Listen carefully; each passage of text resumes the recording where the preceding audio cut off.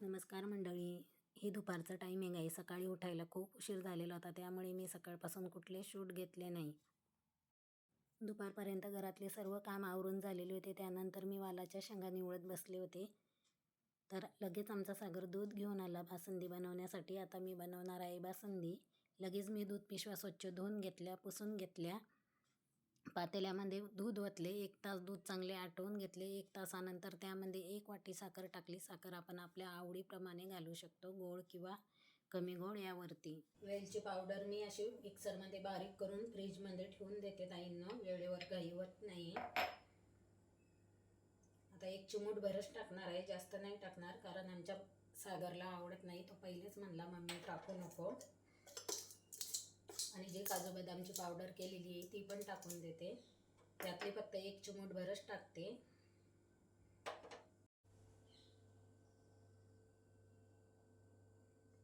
त्याला जर वास आला तर तो अजिबात पिणार नाही. हे बघा, अगदी चिमूटभर टाकलेली आहे.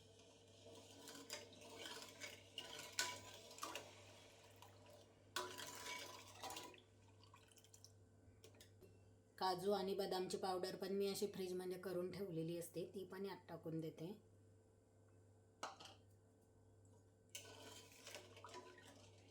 बासुंदी आपली तयार झालेली आहे. तर गार होण्यासाठी परातीमध्ये मी पाणी टाकलेलं आहे आणि त्यामध्ये मी पातेलं ठेवलेलं आहे. थोड्या वेळाने ती फ्रीजमध्ये ठेवणार आहे. तुम्हाला पण दाखवते बघा.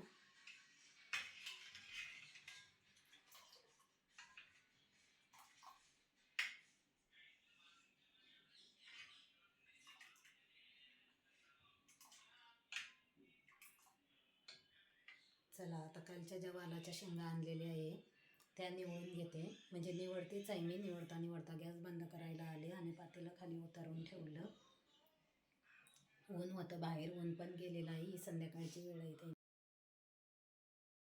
बासुंदी बनवण्यासाठी मी चितळेचे दूध वापरलेले आहे. खूप छान असते हे दूध. पहिल्यापासून आम्हाला ह्याच दुधाची सवय आहे. कस्टर्ड पावडर किंवा दूध पावडर किंवा कोणत्याही प्रकारचा खवा मी बासुंदीमध्ये वापरलेला नाही. काजू बदामची पावडर, वेलची पावडर आणि साखर एवढंच त्यामध्ये टाकलेलं आहे. कलर येईपर्यंत दूध मात्र छान आटवून घ्यायचं, त्यामुळे खूप छान चव येते बासुंदीला. तुम्ही पण करून बघा ताईंनो अशा पद्धतीने बासुंदी. नक्कीच तुम्हाला आवडेल. काय बघते मी उभा आहे.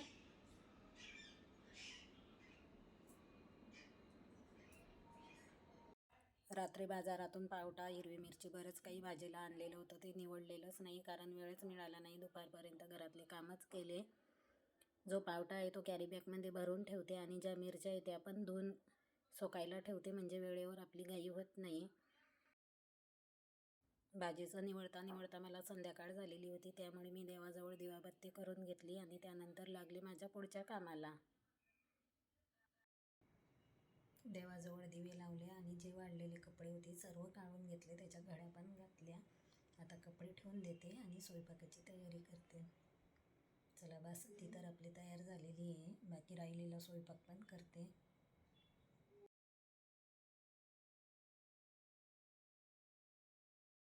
देवांना आंघोळ घातल्यावर देवांना पुसण्यासाठी जे छोटे रुमाल वापरते ते मी देवघराच्या ड्रॉवरमध्ये खाली ठेवते किंवा देवघरावरती ठेवते. देवाचे वस्त्र पण आणि देवाचे रुमाल पण.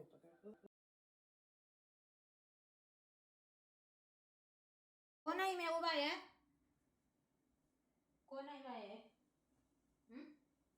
तुला बोक्याचा आवाज आला बाहेर? बघ कशी बसली, बघ ना कशी. आता बघ खुर्चीवर लागली, वाटत तोंड करून बसली. तो उभी राहून बसती अशी. जा झोपायला पण. थंडी वाजते तुला, जा झोपून घे. पप्पा नाही आले मी आवाज. पप्पाची वाट बघते तू. खाऊ खायच्या तुला. आज नाही माछा आणणार पप्पा तुला. जा दादा पळपट. रात्री घरी आले की यांचा असा हिशोब चालू असतो, किती लेबर कामाला होते, किती पेमेंट झालं, सर्व हिशोब त्यांना ठेवावा लागतो आठवड्याचा पण. त्यांच्यासाठी बनवलेली आहे माशांची भाजी. दुपारचा थोडा स्वयंपाक शिल्लक आहे त्यामुळे बासुंदीच केली. घेवड्याची भाजी, भात, चपात्या असा दुपारचा स्वयंपाक पण आहे. चपात्या करून घेतल्या, माशांची भाजी करून घेतली, किचन ओटा पण पूर्ण स्वच्छ करून घेतला. बासुंदी बघा आपली कशी छान झालेली आहे आणि गार पण झालेली आहे. चपात्या आणि माशांची भाजी एवढंच मला आज करायचं होतं, त्यामुळे स्वयंपाक लवकर झालेला होता. लवकर जर ते घरी आले तर मला कामामध्ये अशी मदत करू लागतात. आज ते लवकर आलेले होते आणि जेवायला आम्हाला वेळ होता, त्यामुळे आम्ही दोघांनी मिळून पावटा शिलून घेतला. मिरच्या पण मी चाळणीमध्ये धुवून ठेवलेल्या होत्या. मिरच्या सुकायला मी जो स्कार्फ हात पुसण्यासाठी वापरते त्याच्यावरती सुकायला टाकून दिल्या आणि झाकून ठेवल्या, कारण रात्रीचे कॉकरोच फिरतात किंवा पाल पण असू शकते, आपलं काही लक्ष नाही राहत. रात्रीच्या पाली बाहेर निघतात, तशी तर मी काळजी घेतेच. माझ्या घरामध्ये एकही पाल नाही. पाल जरी आली तरी लगेच आम्ही तिला बाहेर काढतो, कारण मला ते आवडत नाही. मला खूप किसळ वाटते पालीची आणि कॉकरोचांची. इथून पुढचा जो व्हिडिओ आहे तो दुसऱ्या दिवसचा आहे. मला बनवायची आहे पावभाजी, कारण घरामध्ये पावभाजीच्या सर्व भाज्या होत्या. त्यांच्यासाठी बनवणार आहे पावटा. कुकरमध्ये पहिले मी पावटा शिजवून घेतला. लाईटीच्या शेगडीवरती गरम पाणी करायला ठेवले. पावटा शिजल्यानंतर तो एका भांड्यामध्ये काढून घेतला आणि त्याच कुकरमध्ये पावभाजीच्या ज्या भाज्या आहेत त्या शिजायला टाकल्या. सर्व भाज्या मी बारीक चिरून स्वच्छ धुवून पहिलेच घेतलेल्या होत्या. भाज्या शिजवतानाच त्यामध्ये मी थोडे मीठ पण टाकून दिले आणि एक कांदा पण कापून टाकला. कांदा मी नेहमी टाकत नाही, केव्हा तरी कांदा टाकते.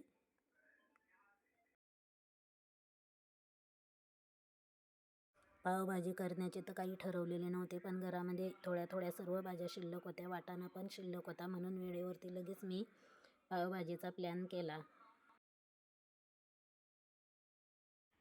आमच्या इथं कसं आहे ताईंनो, पावभाजी जरी केली तरी भाजी आणि चपाती हे मला करावंच लागतं, कारण ते पावभाजी खात नाही. त्यांना भाजी आणि चपाती हेच जेवण लागतं. इडल्या, डोसे, पोहे किंवा दुसरं काही केलं तरी पण भाजी आणि चपाती हे त्यांना मला करावंच लागतं. तुमच्या इथं पण असंच आहे का ताईंनो? कमेंटमध्ये मला नक्कीच सांगा कोणाकोणाच्या इथं असं आहे. माझे मुलं आणि मी आम्ही काही पण खाऊन घेतो. ते म्हणतात तुम्हाला काय खायचं आहे ते खा, मला चटणी आणि चपाती किंवा भाकर आणि चटणी जरी दिली तरी मी खाईल, आणि ते खातात ताईंनो, खरंच खातात ते. चटणी आणि भाकर जरी दिलं तरी पण. एका बाजूला मी गॅसवरती पावभाजीचा कुकर लावून दिला आणि दुसऱ्या बाजूला पावट्याची भाजी बनवून घेते. पावट्याच्या भाजीसाठी मी कोणत्याही प्रकारचे वाटण वाटलेले नाही. अगदी साधी आणि सिंपल अशी शेंगदाण्याचं कूट घालून पावट्याची भाजी मी करणार आहे. दोन प्रकारची आपण पावट्याची भाजी करू शकतो, शेंगदाण्याचं कूट घालून आणि खडे मसाले वाटून. खडे मसाल्यांमध्ये पावट्याची भाजी खूप छान होते. तशी भाजी मला आवडते, पण यांना आवडत नाही, त्यामुळे मी करत नाही. आणि माझे मुलं तर पावट्याची भाजी अजिबात सुद्धा खात नाही. साधी सिंपल अशी मी पावट्याची भाजी केलेली आहे. तेलामध्ये जिरं, मोहरी, टेचून घेतलेला लसूण, मिरची पावडर, हळद छान परतू दिलं. मिरची पावडर खाली जळू नये म्हणून त्यामध्ये मी थोडे पावट्याचे दाणे टाकले. छान परतल्यानंतर शिजवलेला पूर्ण पावटा टाकून दिला. चवीपुरते मीठ टाकले आणि शेंगदाण्याचं कूट वरून टाकून दिलं. शेंगदाण्याचं कूट मी खलबत्त्यामध्ये केलेलं आहे. खलबत्त्यामध्ये केलेलं कूट छान होतं आणि त्यामुळे भाजीला चव पण छान येते. कुकर आपला झालेला आहे, पावट्याची भाजी पण झालेली आहे. लगेच मी चपात्या करायला घेतल्या. ते सकाळीच निघून जातात, त्यांची साईड जवळच आहे, त्यामुळे ते डबा सकाळी घेऊन जात नाही. मुलं नंतर डबा घेऊन जातात. तसा त्यांना जेवायला पण वेळ नसतो, त्यांना त्यांची कामं असतात. त्यांना पहिले कॉल करते डबा आणायचा का म्हणून. त्यांनी जर हो म्हणलं तरच मी डबा देते. रोज दुपारी मी त्यांना कॉल करते जेवायला येणार आहे का, कारण ते एका जागेवर राहत नाही, त्यांना दुसरीकडे पण जावं लागतं, दुसऱ्या साईटवर, त्यामुळे त्यांना वेळ नसतो. त्यांच्या डब्यापुरत्याच मी चपात्या करून घेतलेल्या आहे. बाकी जे पीठ राहिलेलं आहे ते तसंच फ्रीजमध्ये ठेवून देणार आहे. पूर्ण चपात्या गार करायला ठेवलेल्या आहे, कारण गरम चपात्या जर भरल्या तर डब्यामध्ये चपात्यांना घाम येतो आणि त्या चपात्या पूर्ण अशा मऊ होऊन जातात. जे राहिलेलं पीठ आहे ते पण फ्रीजमध्ये ठेवून देते. फ्रीजमध्ये अजिबात जागा नाही, कारण फ्रीज पण मला आवरायचं आहे. खूप पसारा झालेला आहे फ्रीजमध्ये पण वेळ नसल्यामुळे काहीच आवरू शकत नाही ताईंना. जसा वेळ मिळेल तसे मी कामं करते. मिस्टरांचा डबा केला, डबा अजून भरायचा आहे, कारण डबा सागर घेऊन जाणार आहे, त्याला अजून आंघोळ करायची आहे. आता आमच्या सौरभला चहा ठेवते पहिले. किचन ओट्यावरती बघा चपात्या केल्या तर पूर्ण पीठ सांडलेलं आहे. तरी पण मी चपात्यांच्या खाली असं काहीतरी घेते, तरी पण आज थोडं सांडलं घाई गडबडीमध्ये. कुकर पण आपला झालेला आहे. पावभाजीला अजून फोडणी द्यायची आहे. चपात्या पण गार होत आहेत. 5 चपात्या करून घेतल्या मी, कारण मोजके आपण 3 किंवा 4 चपात्या करू शकत नाही. 4 चपात्या मी तशा डब्याला देते, कारण आता सगळ्यांचेच डबे असतात, त्यामुळे आता जास्त काही देत नाही आहे. सागर पाव पण घेऊन आलेला आहे आणि बटर पण घेऊन आलेला आहे. हे बघा, बेकरीमधून त्याने पाव आणले आणि बटर आणलेले आहे. काही बटर घरामध्ये शिल्लक आहे, त्यामुळे तरी पण तो घेऊन आला. आणि इथं केलेली आहे पावट्याची भाजी डब्यासाठी. चला आता मिस्टरांचा डबा भरून घेते पहिल्या आणि पावभाजीला फोडणी देते, म्हणजे मुलांना खाता येईल. तसं तर आमच्या सौरभला पहिले चहा पाहिजे. पहिले आता त्याला चहा ठेवते.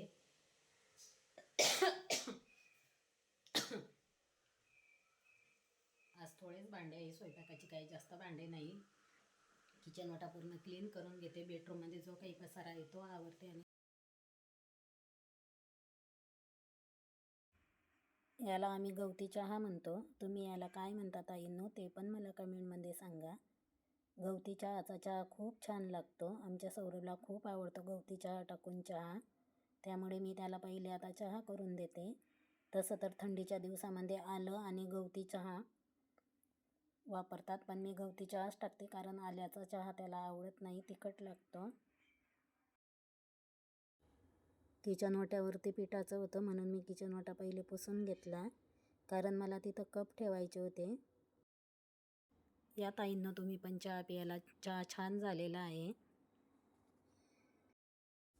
त्यांचा डबा भरून दिला. त्यानंतर लगेच मी कुकरचे झाकण काढले.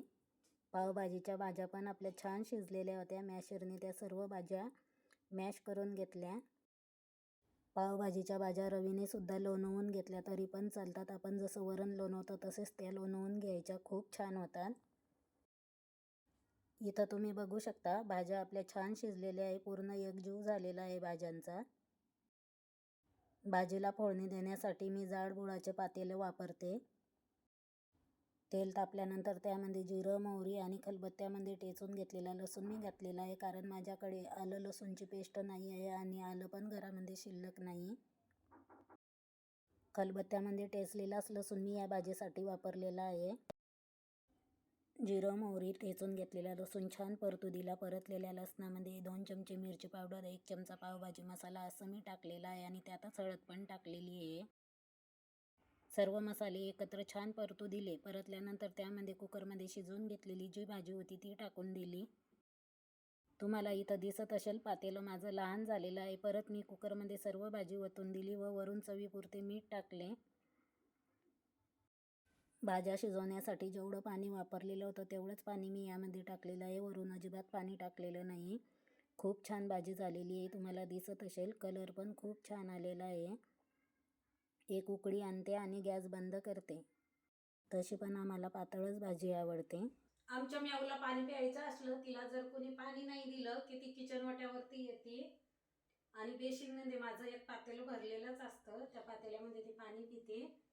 आता पण ती किचनवरती आली, कशामध्ये तोंड घालत नाही ती, तशी खूप शहाणी आहे ना म्याव.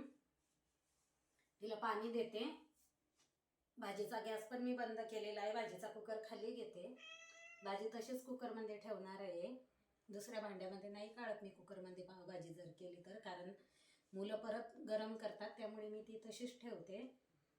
आणि किचनवरती बघा सर्व पसारा झालेला आहे. पटकन मी आता पाणी देते आणि पसारा आवरून घेते. बेडरूममध्ये पण खूप पसारा आहे, आवरलेलंच नाही अजून. पहिले स्वयंपाक केला, देवाची पूजा केली. आता बाकीचे कामं आवरते आणि नंतर तुम्हाला भेटते ताईंना. हे बघ, चला आमच्या म्याऊला पाणी द्यायचं आहे. लसूण शिलताना मी असं ताट घेते किंवा काहीतरी भांडं घेते, त्यामुळे लसूणची खोत्रं जे आहेत ना ताईंनो ते घरभर पण होत नाही आणि लगेच आपल्याला डस्टबिनमध्ये पण टाकून देता येतात. यामध्ये मी चहा पावडर पण वतलेली आहे. तसं तर स्वच्छ धुवून चहा पावडर मी झाडांना वतते, कुंडीमध्ये टाकून देते, पण सकाळी माझ्या लक्षातच राहिले नाही, त्यामुळे मी ते यातच टाकले. आता हा सर्व कचरा डस्टबिनमध्ये टाकते. चला, सकाळी सकाळी एक साडी आलेली आहे फॉल पिकोसाठी.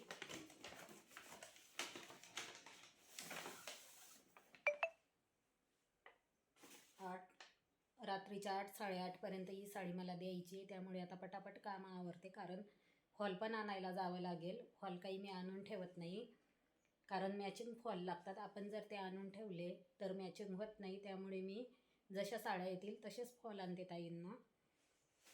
साडी पण छान आहे. सर्व हा पसारा आवरते आणि नंतर तुम्हाला भेटते. असा पसारा बघून मला खूप टेन्शन येतं, असं माझं डोकं सरकून जातं ताईंनो. चहा पिलेला कपसुद्धा इथंच ठेवलेला आहे बघा, असंच मांडून ठेवतात ते सर्व वर काढून. दुसऱ्या पण बेडरूममध्ये असाच पसारा. इथं बघा कपड्यांचा पसारा, जिकडे बघावं तिकडे फक्त कपडेच दिसतील.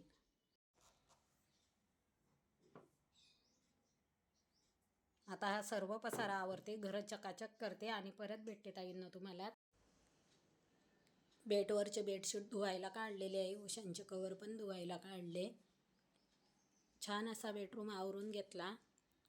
इथं जे कपडे होते ते कपडे पण उचलले, घड्या घालून ठेवून दिले. इथं जे दिसत आहे ते जर्किंग आहे, कारण ते थंडीमुळे लागतात, त्यामुळे ते वरतीच ठेवलेले आहे.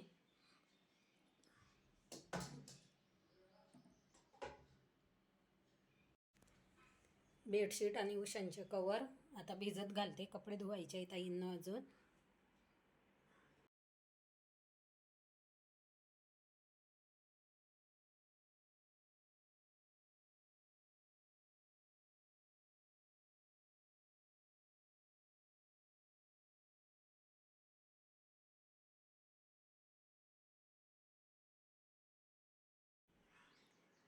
ह्या उशांचे कवर नाही काढले ताईंनो मी धुवायला, हे उद्या धुणार आहे. म्याऊ बघा कशी येऊन झोपली, तिला सारखं जवळ कोणीतरी लागतं. मशीन पण थोडी सरकवून घेतली, झाडू मारून घेतला. आता पुसून घेते. पहिले किचन पुसते आणि नंतर बेडरूम पुसते. किचन पण पूर्ण स्वच्छ करून घेतला. आमच्या सागरचे जेवण झालेले आहे. मी तिकडं बेडरूम आवरत होते, तोपर्यंत त्यांनी पाव गरम केले आणि पावभाजी असं त्यांनी जेवण केलेलं आहे. भांडे घासून इथं ठेवले. तुम्हाला इथं झाकणी दिसत असेल, मोठी मोठी झाकणी आहे ती. काल रात्री आमच्या सौरभच्या मित्रांनी पार्टी केली होती ताईंनो. सौरभने पार्टी केली होती त्याच्या मित्रांनी आणि त्यांनी मिळून बिर्याणी. ते पातेलं पण मी तुम्हाला दाखवते. खूप काळं करून आणलेलं आहे, आता मला ते घासायचं आहे. चुलीवर बनवलेलं होतं त्यांनी.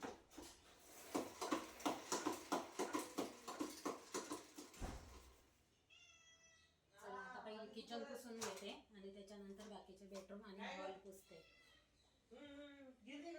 कपडे धुताना पातेलं घासणार आहे, कारण ते थोडं काळं आहे. मुलांच्याने काही एवढं निघालेलं नाही.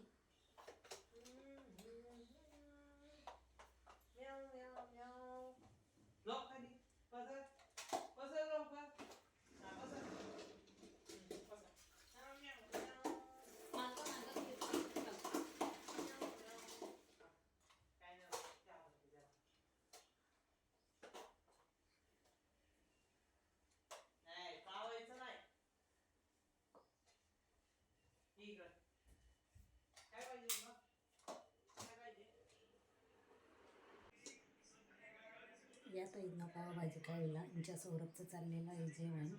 मी पण करून घेते, त्याच्यानंतर कपडे धुणार आहे. दुपारी काम आवरल्यानंतर मी दळण केले, कारण जे निवडलेले गहू होते ते संपलेले आहे. दळण केले. दुपारची जी जेवणाची भांडी होती ताईंनो, ती भांडी घासून घेतली. संध्याकाळची दिवाबत्ती केली.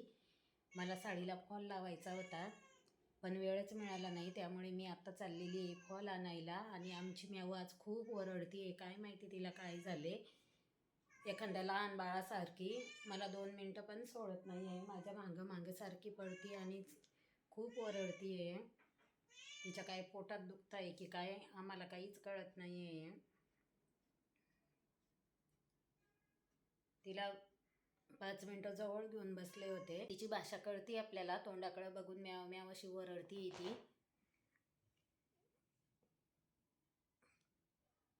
आमचा सागर गेलेला आहे दळण घेऊन. मला जायचं आहे फॉल आणायला आणि देवासाठी फुलं पण आणायची आहे, कारण की उद्या गुरुवार आहे, त्यामुळं सकाळीच पूजेला मला फुलं लागतील. आणि कुंकू पण थोडेच राहिलेले आहे माझे, कुंकू पण संपलेले आहे. तसे तर मी कुंकू संपू देत नाही, पण यावेळेस संपलेले आहे, नाही तर माझी एक बर्दी कुंकवाची भरलेली असते. चला पटकन जाऊन येते. असं तिला घेऊन बसलं की शांत राहती.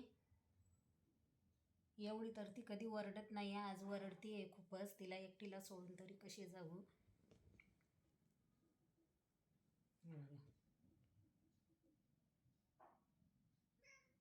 काय नाही.